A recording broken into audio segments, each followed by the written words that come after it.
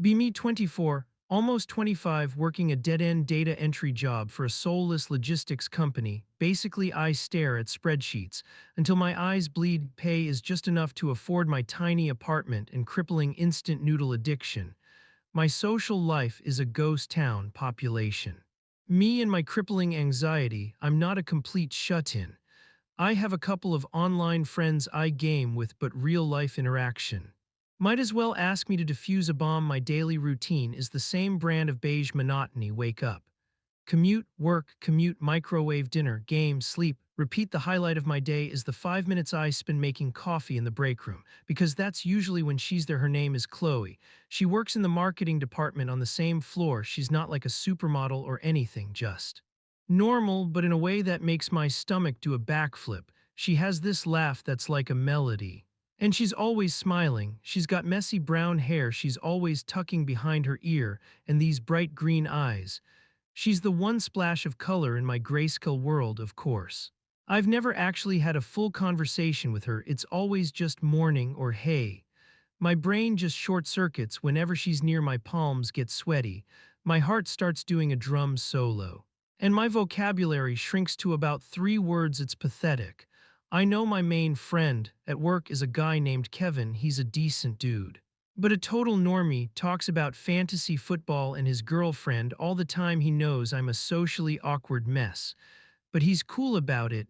He's the one who first noticed my thing for Chloe. Dude, you stare at her like she's the last piece of pizza on earth. He told me once. I couldn't even deny it. So for months, this is my life, pining from afar like some loser in a rom-com. I'd run scenarios in my head. Conversations I'd have with her, they were always witty and charming in my imagination. In reality, I once held the elevator door for her, and all I could manage was a weird, strangled grunt. She gave me a polite but confused smile, and I wanted to just melt into the floor. Then, a few weeks ago, something changed. The company announced the annual team building event, a mandatory weekend retreat at some cheap lakeside resort. My personal idea of hell. Forced socialization with people I barely tolerate. For 48 hours straight, I tried to get out of it, feigned a sick relative, a contagious disease, anything but my boss, a stern woman named Brenda who probably eats nails for breakfast, wasn't having it. It's mandatory, anon. Be there or be on the job hunt. Fantastic. The day of the retreat arrives, and I'm already a nervous wreck. I pack my bags with a sense of impending doom.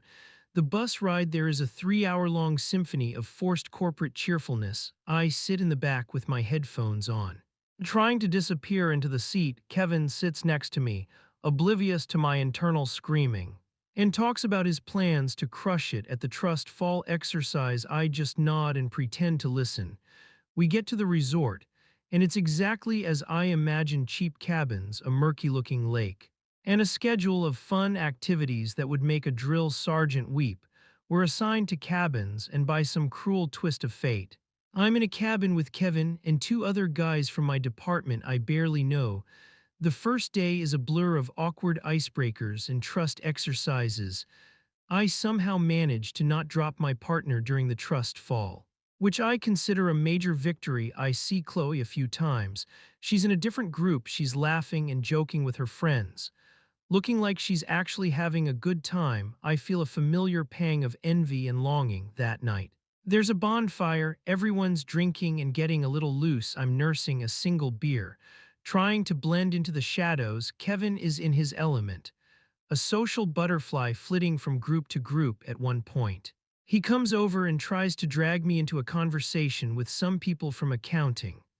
I make it through about 2 minutes of small talk before I feel the walls closing in. I make some lame excuse about needing to use the restroom and bolt. I end up walking down by the lake just to get some air. The moon is full, and it's actually kind of peaceful. I'm just standing there, skipping stones across the water, when I hear a voice behind me. Hey.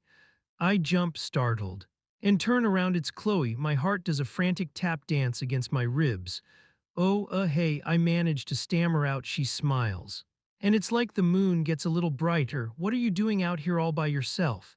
She asks. I shrug, my brain desperately searching for a non-stupid answer. Just needed some quiet, I say, which is technically true. I get that. she says, coming to stand next to me by the water's edge. It's a lot, huh? All the forced fun.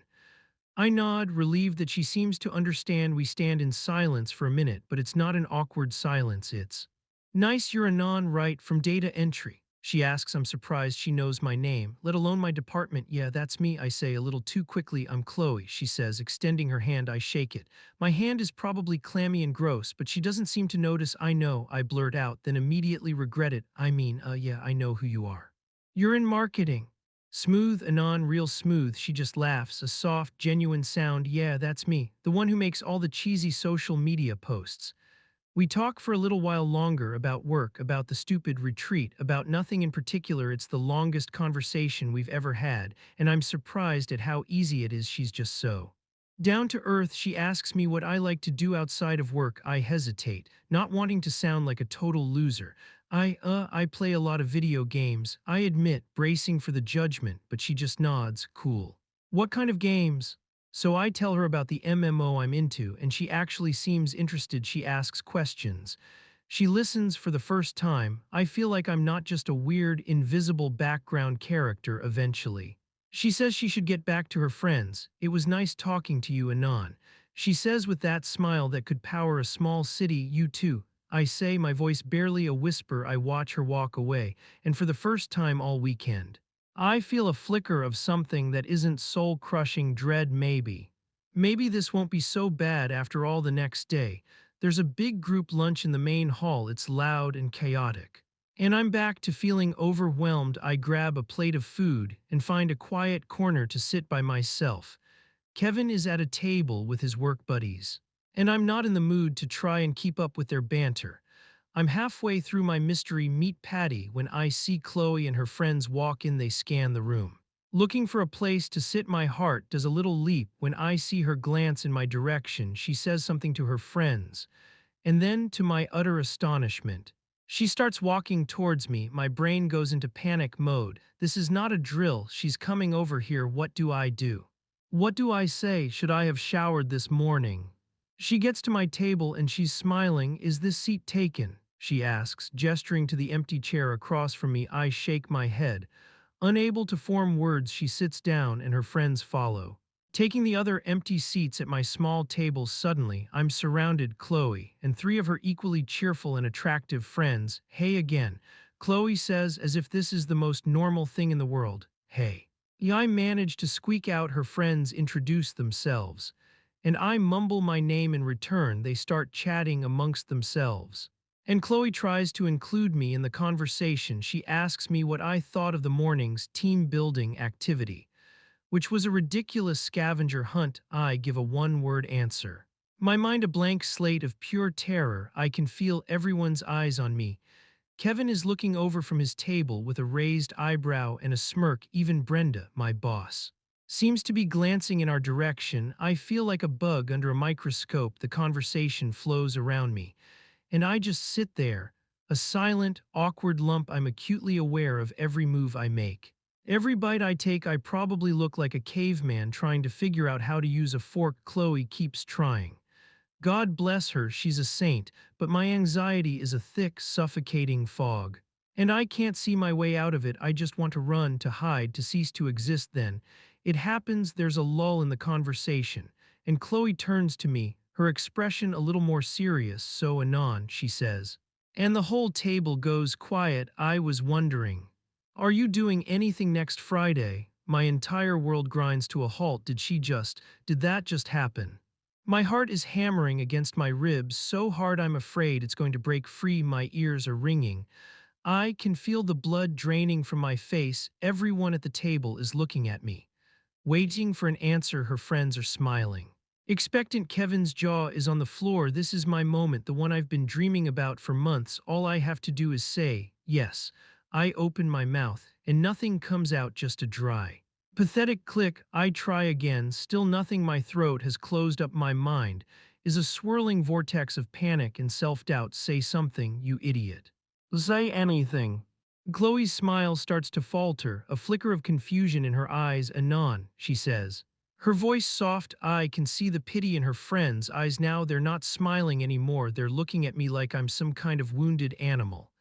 And then, My brain, in its infinite wisdom, decides to engage the flight response. I push my chair back so hard it screeches against the floor. I stand up. My legs feeling like jelly. I look at Chloe. Her face a mixture of hurt and confusion. And I turn and I run. I literally run out of the dining hall. I don't stop running until I'm back in my cabin. I slam the door shut and collapse onto my bunk. My chest heaving. The silence of the room is deafening. What did I just do? What the actual fuck did I just do?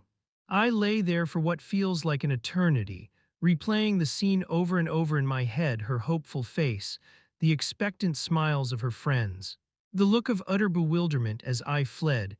I've never felt so much shame and self-loathing in my entire life. I'm a coward, a pathetic, useless coward. A little while later, Kevin comes into the cabin. He doesn't say anything at first. Just sits down on the bunk across from me. Dude, he finally says, his voice uncharacteristically gentle. What the hell was that? I don't answer, just bury my face in my pillow. She asked you out, man, he says. In front of everyone. That took some serious guts. I know, and that just makes it a million times worse. She put herself out there and I just shattered it. I froze. I mumble into the pillow. I know, he says. I saw. We sit in silence for another minute. You gotta go talk to her, man, he says. You gotta fix this. I can't, I say, my voice thick with despair. I can't face her. I can't face anyone. So what, you're just going to hide in here for the rest of the weekend? Yes, that's exactly what I'm going to do. The rest of the retreat is a blur of self-imposed exile. I skip the rest of the activities. Pretending I have a stomach bug, Kevin brings me food from the dining hall. He tries to talk me into going out. But I refuse. I just can't. The thought of seeing Chloe, of seeing the pity and disappointment in her eyes, is more than I can bear. The bus ride home is even worse than the ride there. I sit in the back, my hoodie pulled up, trying to be invisible. I can feel people looking at me, whispering I'm the guy who ran. It's a new, humiliating label, and it feels like it's tattooed on my forehead. I don't see Chloe on the bus. She's probably sitting as far away from me as possible. I don't blame her. When I get back to my apartment, I collapse onto my bed and just stare at the ceiling. The silence is a heavy blanket, suffocating me with my own thoughts. I'm a failure, a social reject, destined to be alone forever. I consider quitting my job, moving to a new city, changing my name, anything to escape the crushing weight of my own inadequacy. The next week at work is a special kind of hell. The whispers follow me down the hallway, the pitying looks, the barely concealed smirks. I keep my head down. I eat lunch at my desk. I avoid the break room like it's radioactive. I see Chloe once. From a distance, she's with her friends and she looks fine. She's laughing, and it's like a knife in my gut. She doesn't look in my direction. It's like I don't even exist anymore. That Friday, I'm packing up my desk, ready to flee the office for the weekend, when Kevin stops by. Hey, he says, leaning against my cubicle wall. Hey, I mutter, not looking up. You know, he says, you're a dumbass. I finally look up at him. Thanks, I hadn't noticed. No, seriously, he says, you're a massive dumbass. But you're not a bad guy. He sighs, running a hand through his hair. Look, man, I get it. You've got anxiety. It's a real thing, but you can't let it win. You can't let it run your life. It's too late, I say, my voice flat. I blew it. It's only too late if you decide it is, he says. You know what I think? I think you should go talk to her. And say what? Sorry, I'm a broken human being. Please excuse my public meltdown. Yeah, something like that, he says with a shrug. Just be honest, man. What's the worst that can happen? She already thinks you're a weirdo. At least this way she'll know why you're a weirdo. He's got a point. As much as I hate to admit it, he claps me on the shoulder. Just think about it, dude. And then he's gone. I sit there for a long time, just staring at my computer screen. Kevin's words are bouncing around in my head. What's the worst that can happen? She could laugh in my face. She could tell me to get lost. She could tell everyone what a pathetic loser I am. But then I think about her face at the retreat. That look of hurt and confusion. She didn't look angry or disgusted. She just looked sad, and I was the one who made her feel that way. A new feeling starts to creep in, pushing aside the shame and the fear. It's a small, fragile thing, but it's their determination. Kevin was right. I can't let my anxiety win. I can't live my life as a spectator, hiding in the shadows. I have to at least try. My heart is pounding, but this time it's different. It's not the frantic, out of control drumming of a panic attack. It's a steady, powerful beat. I stand up, grab my bag, and walk out of my cubicle. I don't know what I'm going to say, but I know I have to do this. I walk over to the marketing department, my legs feeling surprisingly steady. I see her at her desk, packing up her things. Her friends are gone. She's alone. This is it. Deep breath.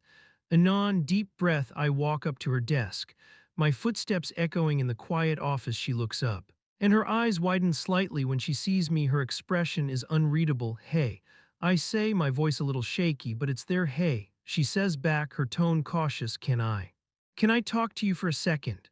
I ask. She hesitates for a moment, then nods. Okay, she says, gesturing to the small meeting room nearby. We walk in, and she closes the door behind us. The room is small and sterile, and suddenly my resolve starts to waver. This is a terrible idea. What am I doing? She's just looking at me, waiting. I take another deep breath and just let it all out. Look, I start, about what happened at the retreat. I am so sorry. I have really bad social anxiety, I confess, the words feeling foreign and heavy on my tongue. I'm not good with people, especially in groups. And when you asked me out, I panicked. It wasn't about you, I say, looking her in the eyes. It was never about you. I think you're amazing. You're funny and smart, and you have this incredible smile, and the thought of actually going on a date with you was so overwhelming that my brain just shut down. I know it was a stupid and cowardly and humiliating thing to do, I continue, my voice cracking slightly, and I completely understand if you hate me, but I wanted you to know the truth. I wanted you to know that it wasn't you. I finish my rambling, pathetic speech, and the silence in the room is deafening. She's just staring at me, her green eyes searching my face. I can't read her expression. And my heart sinks. I've done it. I've made it even worse. She probably thinks I'm a total head case now. I'll just go, I say, turning to leave. Wait, she says. Her voice soft. I turn back around. She's taken a step closer to me. Thank you for telling me that, she says, and there's a small, hesitant smile on her face. I didn't know what to think, she admits. I thought maybe I'd done something wrong or that I'd totally misread things. No, I say, shaking my head, you didn't. I've had a crush on you for months. The words are out before I can stop them, and I feel my face flush, but I don't take them back. A real smile breaks out on her face now, and it's like the sun coming out from behind the clouds. Yeah, she says, me too. My brain short circuits for the second time that week, but this time it's for a much better reason. You do, I stammer. She nods. I've been trying to work up the nerve to talk to you for weeks. That's why I was so direct at the retreat. I figured it was now or never. She lets out a small laugh. I guess my timing could have been better. No, I say, a genuine smile spreading across my own face. It was perfect. We stand there for a moment, just smiling at each other like a couple of idiots. So, she says, her voice a little playful, that Friday I mentioned. Is that offer still on the table? I can't help but laugh, a real honest-to-God laugh. I'd like that, I say. I'd like that a lot. Good, she says, it's a date. We exchange numbers, and a few minutes later, I'm walking out of the office with the biggest, stupidest grin on my face. I feel like I'm floating. I get a text from Kevin as I'm waiting for the elevator, so I just text back a single word. Success. That night, for the first time in a long time, I feel hopeful. My anxiety is still there, a low hum in the back of my mind, but it's not screaming at me anymore. It's not in control. Our first date was a little awkward, but in a good way. We went to a quiet little Italian place, and we talked for hours. I learned that she's a huge nerd. Just like me, she loves old sci-fi movies and has a surprisingly competitive streak when it comes to board games. She told me she was drawn to me because I was quiet and mysterious. I laughed and told her quiet and terrified was more accurate. She just smiled and said, well, it worked. We've been seeing each other for a few months now. It's not a fairy tale. It's not perfect. I still have my bad days. Days where the anxiety feels like a physical weight on my chest, but now I have someone who understands, someone who will sit with me in the quiet until the storm passes, someone who sees me, not just my anxiety. Looking back, that moment in the dining hall was the most humiliating experience of my life. But it was also the catalyst for everything that came after. It forced me to confront my demons, to step out of my comfort zone. To take a chance, sometimes you have to hit rock bottom before you can start to climb, and for the first time in my life, I feel like I'm finally looking up.